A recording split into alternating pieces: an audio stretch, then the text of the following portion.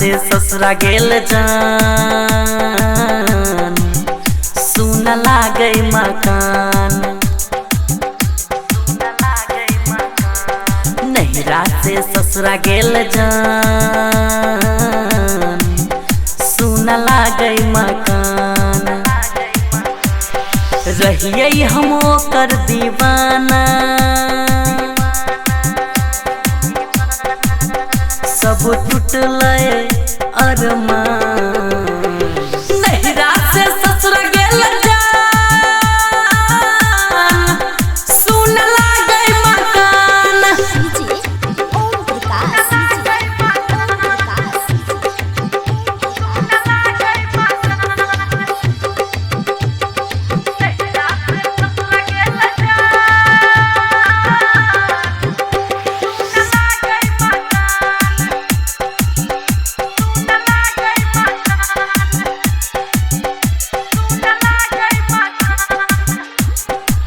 सपना में आबै जेना अपना मांगै छै, दिलवा के बात जानू सबटा बताबै छै। सपना में आबै जेना अपना मांगै छै, दिलवा के बात जानू सबटा बताबै छै। हमरा सताबै छै रे ओकर मीठ मुस्कान। रहिए हम ओकर दीवाना, सब टूटल अरमान।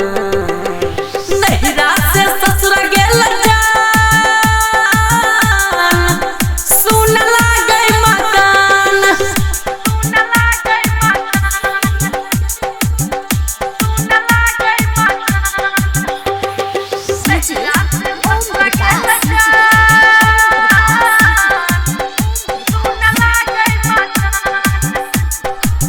बात हम जाने छिए साँझ भोर खनतै रे, हमरा से ज्यादा ओकर भतरा ने मनतै रे।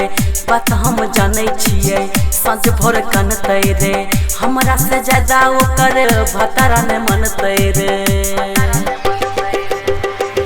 राइटर सुशील जी चाहे माने नहीं मान, रहिए हम ओकर दीवाना, सब टूटल अरमान।